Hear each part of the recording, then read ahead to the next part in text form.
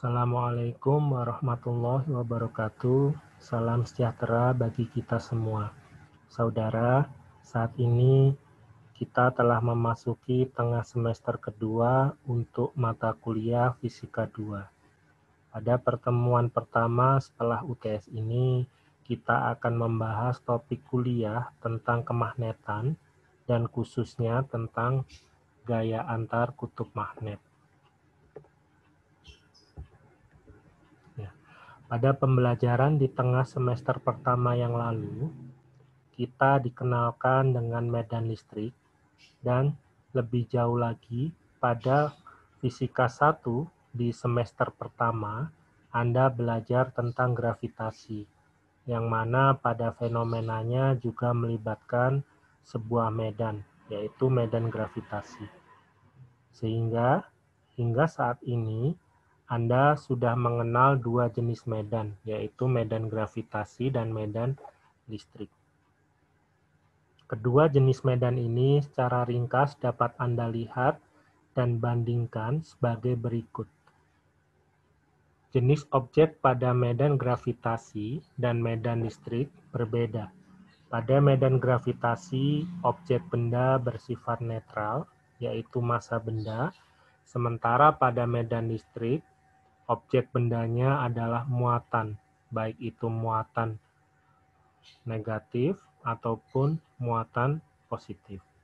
Implikasinya dapat dilihat pada persamaan medan, yang mana pada keduanya juga pada momen dipol yang terdapat pada medan listrik. Di sini Anda lihat perbedaan antara medan gravitasi dan medan listrik. Pada medan gravitasi, konstanta gravitasinya kita lihat di sini disimbolkan dengan huruf G. Sementara pada medan listrik, konstanta listriknya disimbolkan dengan K. Dan di sini dapat dilihat bahwa pada medan listrik kita bisa mendapatkan yang disebut dengan dipol listrik. Sedangkan pada medan gravitasi di sini tidak kita lihat adanya dipol gravitasi. Hal ini karena pada medan gravitasi masanya bersifat netral sehingga tidak dapat membentuk dipol.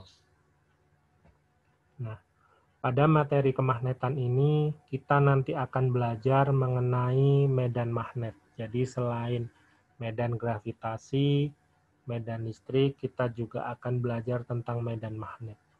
Sebelum masuk pada pembahasan tentang medan magnet, pertama-tama kita perlu mengenal terlebih dahulu tentang apa itu magnet dan sifat fisis yang dimiliki oleh magnet itu seperti apa. Setelah cukup banyak membahas kelistrikan pada tengah semester awal, pada pembahasan ini kita akan belajar fenomena lain yang sangat penting, yaitu kemagnetan. Fenomena ini sering kita amati dalam kehidupan sehari-hari. Contoh fenomena kemagnetan antara lain pergerakan jarum kompas menuju arah utara-selatan, kemudian tarikan atau tolakan dua batang magnet, suara dari loudspeaker, perputaran motor listrik, penempel kertas yang biasa dipasang di dinding kulkas atau lemari, dan sebagainya. Dan ternyata para ahli fisika telah menemukan hubungan yang sangat erat antara fenomena kelistrikan dan kemagnetan. Kelistrikan dapat dihasilkan oleh proses pada magnet dan sebaliknya, kemagnetan dapat dihasilkan oleh proses pada listrik. Oleh karena itu, kelistrikan dan kemagnetan dapat dipandang sebagai satu fenomena saja yang sekarang dinamai dengan elektromagnet, yaitu penggabungan antara elektro dan magnet. Salah satu gejala kemagnetan yang dapat Anda amati dengan mudah adalah tertariknya paku atau potongan besi oleh batang magnet. Nah, batang magnet ini bisa kita kategorikan sebagai magnet permanen.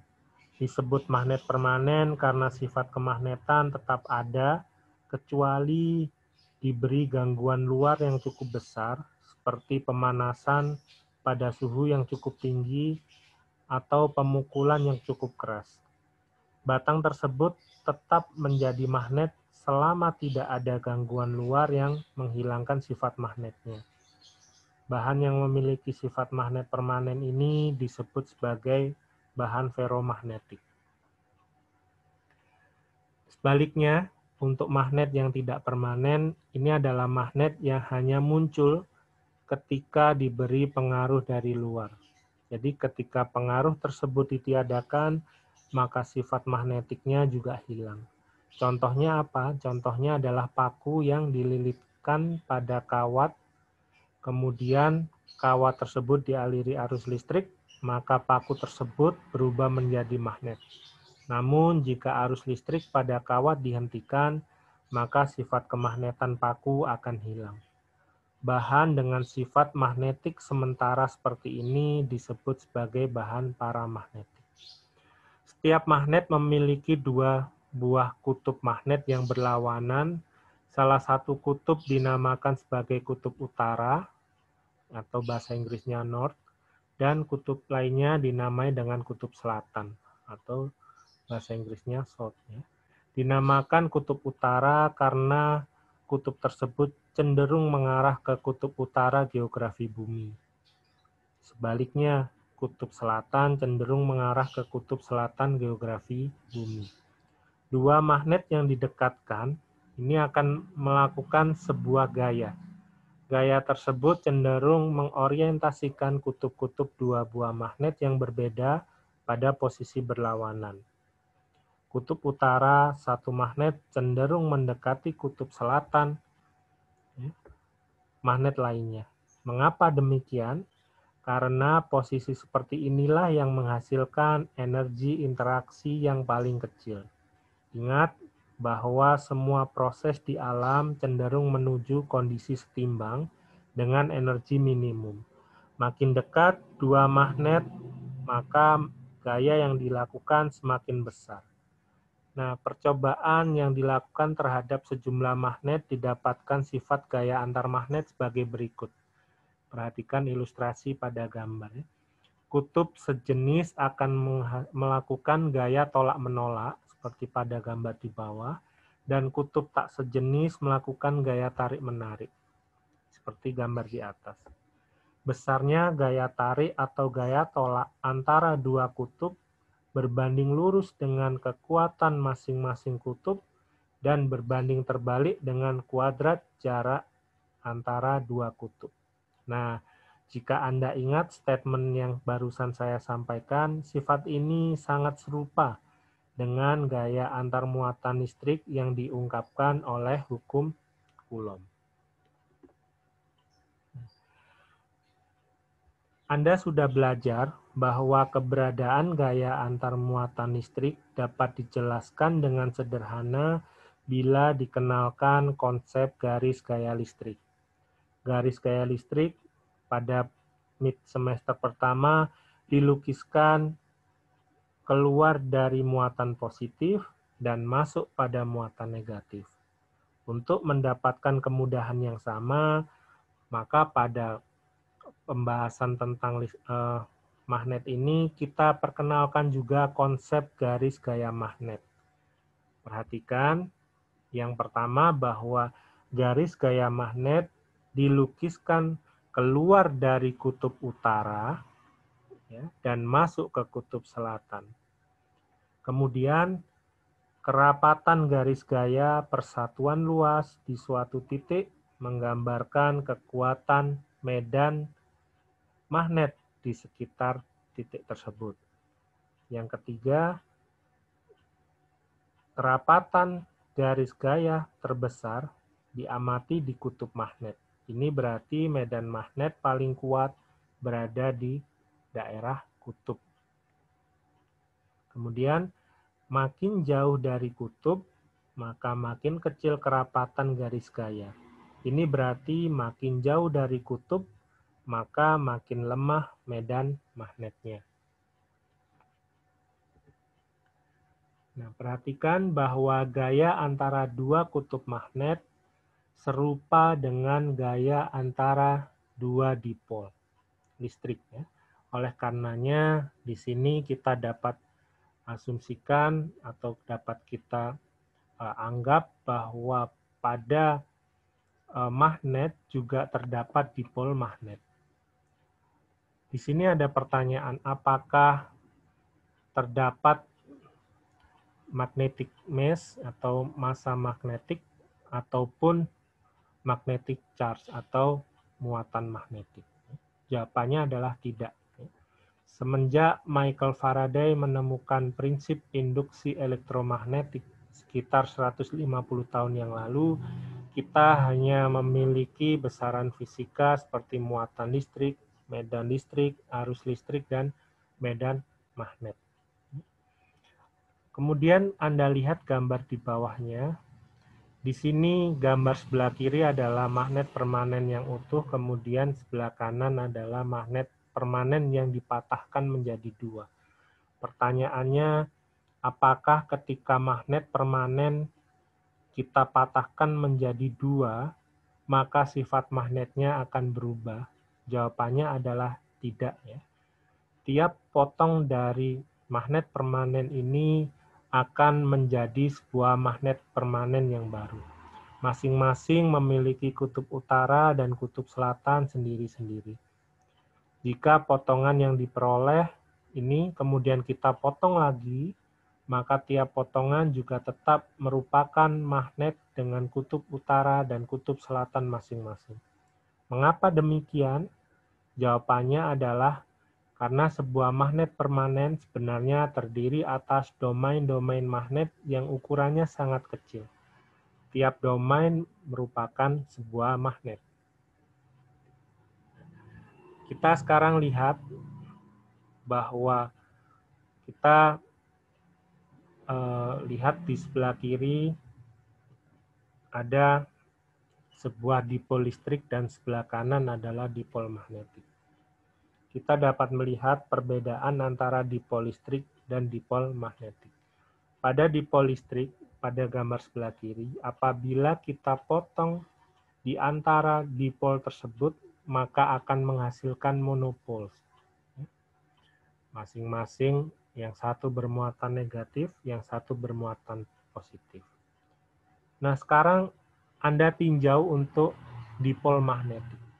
Apabila Anda punya sebuah dipol magnet, Anda potong dipol tersebut, apakah dia juga akan menjadi monopol? Jawabannya tidak. Karena ketika kita potong sebuah dipol magnet, maka potongan dari dipol magnet tersebut akan memiliki dua kutub atau dipol. Ya. Sehingga pada medan magnet dia tidak punya monopol tetapi selalu dipol magnet. Nah, penjelasan tentang dipol magnet ini dibahas secara intens pada persamaan Maxwell. Ya. Jika Anda kuliah di jurusan fisika, belajar fisika lebih lanjut, maka persamaan Maxwell ini penting untuk dipelajari. Untuk saat ini, kita tidak perlu membahas terlalu dalam tentang persamaan Maxwell ini. Kita perlu memperhatikan perbedaan antara dua jenis dipol ini yang diterapkan menggunakan hukum Gauss. Di sebelah kiri, ini adalah penerapan hukum Gauss pada medan listrik, dan sebelah kanan adalah penerapan hukum Gauss pada medan magnet. Nah, dari sini muncul simbol baru. Ya, ini medan listrik ini disimbolkan sebagai B. Ya. Tentu saja dia memiliki arah vektor, karena medan magnet juga selain punya magnitude, punya angka, dia juga punya besaran vektor. Sekarang kita lihat bahwa secara umum kita bisa bandingkan dan bedakan tiga jenis medan yang sudah kita pelajari, yaitu medan gravitasi, medan listrik, dan medan magnetik. Nah, dari sini kita dapat lihat bahwa pada medan listrik dan medan magnetik kita bisa menghitung dipolnya karena pada kedua jenis medan ini dia memiliki muatan yang mana pada medan listrik kita punya muatan positif atau negatif, sedangkan pada medan magnet kita punya karakteristik magnet dengan kutub utara dan kutub selatan. Jadi keduanya ini menghasilkan dipol, yang mana dipol tersebut nanti berguna untuk ketika kita meninjau lebih lanjut tentang kedua jenis medan ini. Nah, kalau Anda lihat pada slide berikutnya ini, ada sebuah gambar bumi dan garis-garis medan magnet, maka kita dapat katakan bahwa medan magnet bumi ini juga merupakan dipol magnet. Anda pasti pernah bertanya dalam hati, ya, mengapa kutub magnet cenderung mengambil arah utara atau selatan? Hal ini dapat dijawab dengan melakukan eksperimen sederhana. Coba Anda tempatkan sebuah magnet batang yang cukup besar di atas meja, ya, misalkan, dengan kutub-kutubnya menghadap arah barat dan timur. Kemudian Anda tempatkan kutub utara magnet dari sebuah kompas, ya, mengarah ke barat dan kutub selatan magnet mengarah ke timur. Kemudian ikatkan magnet jarum pada kompas tadi dengan benang. Setelahnya Anda letakkan pada posisi horizontal. Anda amati apa yang terjadi. Nah, ketika Anda amati, maka kutub utara magnet jarum akan menghadap ke timur dan kutub selatan magnet jarum menghadap ke barat. Mengapa demikian? Kalau kita hanya tempatkan jarum kompas saja tanpa magnet permanen di atas meja, tentu saja jarumnya akan menghadap ke utara dan selatan. Tetapi ketika di meja itu kita tempatkan magnet permanen, maka jarum kompas itu akan cenderung mengarah ke arah kutub-kutub magnet permanen yang ada di meja. Nah, jawabannya adalah karena pada kutub utara magnet jarum ditarik oleh kutub selatan magnet batang, dan kutub selatan magnet jarum ditarik oleh kutub utara magnet batang. Karena massa magnet batang jauh lebih besar dibanding massa dari magnet jarum, maka jarum yang mengatur arah orientasinya mengikuti batang magnet permanen. Nah, pengamatan ini yang saya sampaikan tadi dapat menjelaskan mengapa magnet yang menggantung bebas selalu mengambil arah utara dan selatan. Ini akibat bumi kita sebenarnya adalah sebuah magnet permanen dengan arah kutub, yaitu kutub selatan magnet bumi berada di sekitar kutub utara geografi bumi, dan kutub utara magnet bumi berada di sekitar kutub selatan geografi bumi. Lokasi kutub magnet bumi tidak tepat berimpit dengan kutub geografi bumi, sehingga jarum kompas tidak tepat mengarah ke kutub-kutub bumi. Massa bumi sangat besar sehingga magnet manapun yang berada di permukaan bumi akan mengatur orientasinya mengikuti tarikan magnet bumi. Nah, inilah yang mendasari jarum magnet pada kompas dapat kita aplikasikan sebagai petunjuk arah. Nah, pada pertemuan berikutnya nanti kita akan membahas lebih detail tentang apa itu medan magnet dan bagaimana medan magnet itu bekerja. Nah, demikian pembahasan yang dapat saya sampaikan pada pertemuan ini. Apabila ada hal yang ingin didiskusikan atau ditanyakan, silakan Anda meninggalkan pesan pada forum Kulino yang telah disediakan oleh dosen pengampu Fisika 2 pada kelas Anda masing-masing. Terima kasih untuk pertemuan hari ini. Assalamualaikum warahmatullahi wabarakatuh.